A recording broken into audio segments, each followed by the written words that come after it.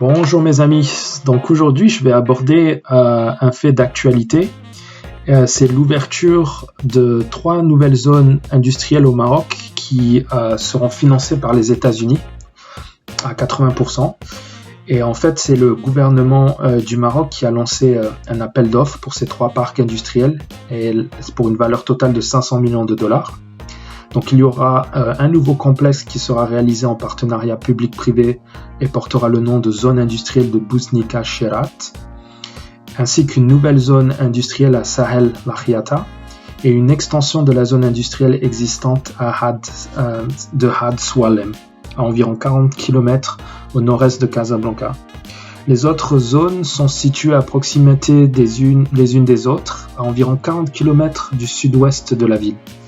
Donc le projet est organisé par le ministère de l'Industrie, du Commerce et de l'Économie verte et numérique et le Millennium Challenge Corporation, qui est une initiative américaine d'aide au développement. Une tentative de lancement du projet a été faite en mai dernier, mais ça a été perturbé par la pandémie de Covid-19. Donc le programme dispose d'un budget de 450 millions de dollars, ce qui est une grosse somme. Et la majorité de cet argent sera octroyée par le MCC, complétée par une subvention du gouvernement marocain, totalisant au moins 15% de la somme américaine. Donc ça fait 68 millions de dollars plus exactement. Donc Sahel Lahiata et Had Swalem auront une superficie de 111 hectares. D'ailleurs, des travaux d'aménagement ont déjà été effectués par le gouvernement marocain en préparation de l'installation des entreprises. La nouvelle zone de Bouznika aura, elle, une superficie de 25 hectares. Donc ça, c'est la nouvelle zone qui n'a pas été encore construite.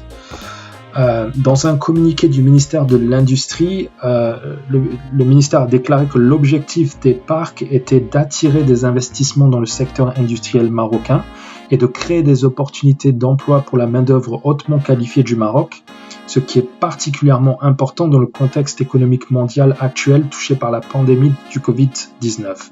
Donc ça, c'est une citation du communiqué.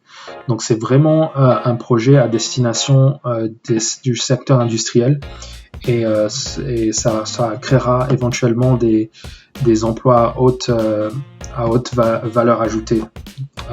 Les entreprises sont invitées à soumettre leurs offres pour 1, 2 ou 3 sites. Cependant, elles doivent faire une offre distincte pour chacun.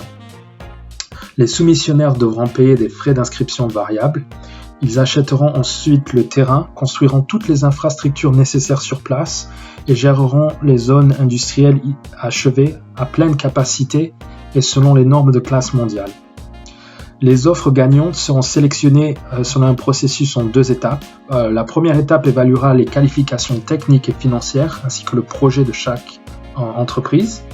La seconde étape évaluera l'offre financière qui s'appuiera sur la cohérence du business plan, du droit d'entrée offert et du prix prévisionnel de vente ou de location des parcelles.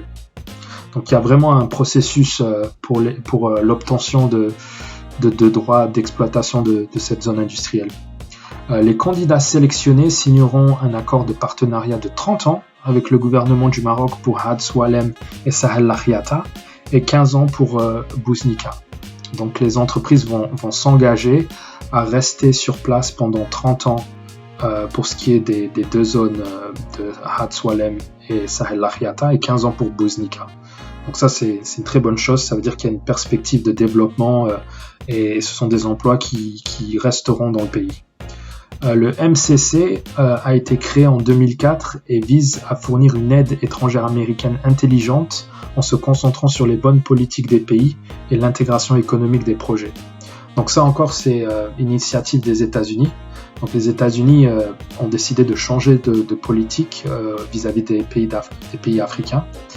Pendant très longtemps, les États-Unis ont donné des subventions aux États africains, mais ils se sont rendus compte que l'argent qu'ils donnaient s'évaporait dans la nature sous la corruption ou sous les magouilles des différentes élites des États en Afrique. Donc ils ont décidé de changer d'approche et désormais ils financent des projets industriels dans les pays directement.